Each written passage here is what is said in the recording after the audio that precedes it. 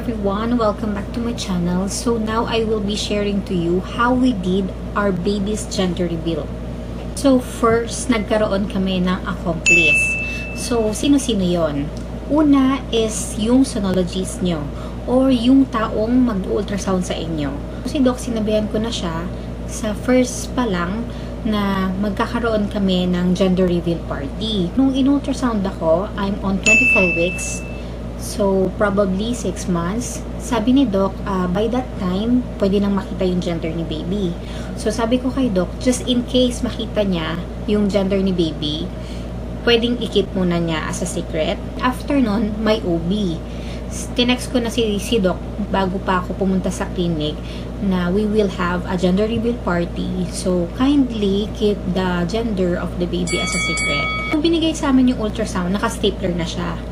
Hindi rin alam nung OB ko kung ano yung gender mismo ni baby kasi may dalawang copy yan. Yung isang copy para sa'yo, yung isang copy para sa doktor or dun sa file mo. Yung mismong copy ni Doc, hindi rin nilagyan ng sonologist ng gender ni baby. So, ang meron lang talagang gender ni baby is yung file namin. Then after that, kinonsyaba din namin yung dalawang sister-in-law ko dahil gusto namin sila yung mag-organize ng gender reveal party namin. During planning, nag-decide kami ng husband ko na pure family lang talaga yung magiging invited. We plan for a place, then we plan for the date and the time. Then after that, we spread the news to everyone. We organize a voting system ng gender. If your bet is a baby boy, you will wear sky blue. Then if your bet is a baby girl, you will wear a baby pink. Sa planning naman, since ang nag-organize nga nun is the sister-in-law namin, nagbigay lang ako ng ideas. So when it comes to the games, dahil nga sa bahay lang kami, hindi siya outdoor, wala kaming relay games. All games will be individual. And yung mga naka-chill mode lang, yung parang nakaupo lang. Then yun, sila yung nag-organize, sila yung nag-isip ng games, sila yung nag-isip ng designs. Ang ginawa lang namin is kami lang yung bumili nung mga decorations. Kami lang yung bumili ng prizes. Ipapakita ko sa inyo yung party na ginawa namin. The games and how we reveal the gender of the baby. The first game is guess the waistline of a pregnant mother. Everyone will give an estimated measurement of a pregnant mother.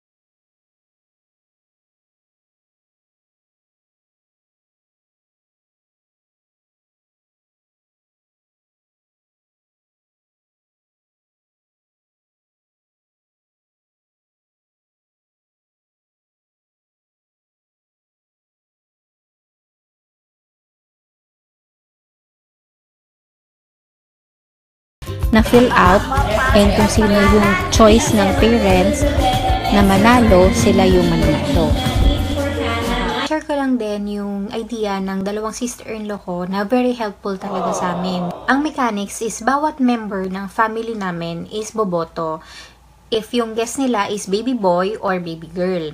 Then kada bet nila, maghuhulog sila ng kahit anong amount na bukal sa kanila doon sa box. At the end of the party, lahat ng pera na maliliko, mapupunta yon lahat kay baby. Nagkaroon na lang kami ng grand prize. Pinaraffle namin yon para sa mga nanalo. For example, baby boy. Bubunot kami sa mga bumoto ng baby boy. Then, kung sino yung mabunot namin, yun yung mananalo ng grand prize. So, parang yun na lang yung in return namin sa kanila. Naalala ko yung mga nalikom namin na pera noon, pinambili namin ng baby stuff.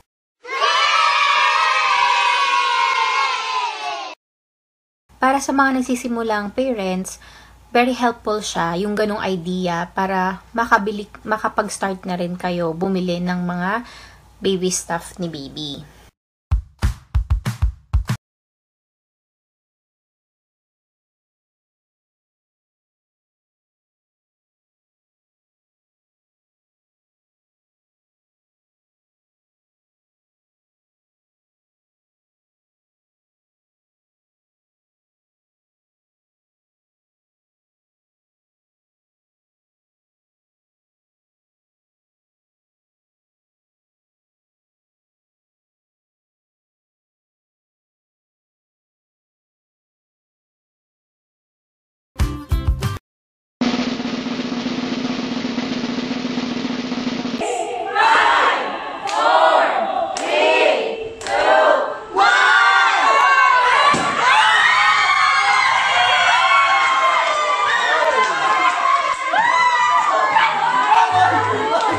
Ganoon nangyari yung gender reveal namin. Very simple lang. We have 3 games, raffle, and mismong pag-reveal ng gender ni baby. Almost 3 weeks ko din siyang hinintay para malaman yung gender ni baby. So, ako hindi rin ako makabili ng mga gamit kasi gusto ko sana, if boy, blue, if girl naman, pink yung mga bibilin ko. Additional din, lalo na ngayong quarantine, I hope makatulong din to sa inyo if ma-share ko. Since immediate family lang namin yung na-invite namin during the gender reveal party, and hindi pwede mag-invite ng maraming tao, we wanted also to share the happiness, the excitement, the surprise to the relatives and my friends. Nagkaroon kami ng online invitation sa mga hindi makakapunta. So, ginather ko sila lahat, yung mga closest relatives lang talaga and closest friends. Ginather ko sila sa Messenger. Then, gumawa ako ng poll. Ganun din, pinaboto ko sila if they want, or if they think if it is a baby boy or if it is a baby girl. Then, we have also a prize. Advice din kasi sa akin ng friend ko na magkaroon din ng raffle at saka prize para ma-excite yung mga manonood. Hindi lang sila maso-surprise dun sa gender ni baby, ma-excite pa sila dun sa prize na ibibigay namin. For example, sa mga nanalo, baby boy yung nanalo na gender ni baby. Sa mga bumoto ng baby boy, ginather namin lahat yon. Sinulat namin sila isa-isa. Then, sa isang bowl, bumunot kami ng isang lucky winner para dun sa ibibigay naming prize. Hi everything! Bubunot kami ng 1 lucky winner na pumili sa baby boy. Alright, do the honor. So, who will be the lucky one?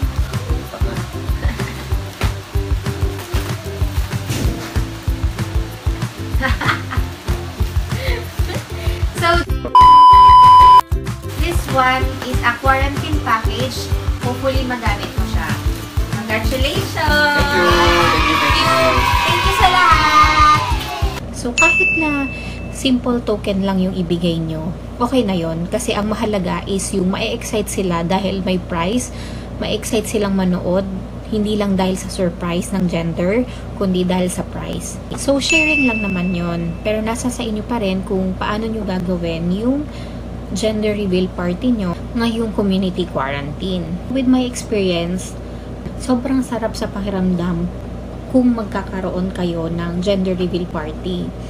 Kasi parang pinigilan mo yung sarili mo na malaman yung gender ni baby. Though yung result is nasa inyo na, pero pinigilan nyo yung sarili nyo para doon sa party na yon. I encourage everyone, sa mga first time mom or sa mga ilang beses na rin nabubuntis, na ma-experience nyo din yung gano'n, na yung gender reveal party. Kasi yung happiness nyo na nararamdaman, hindi lang para sa inyo, kundi para sa family nyo din.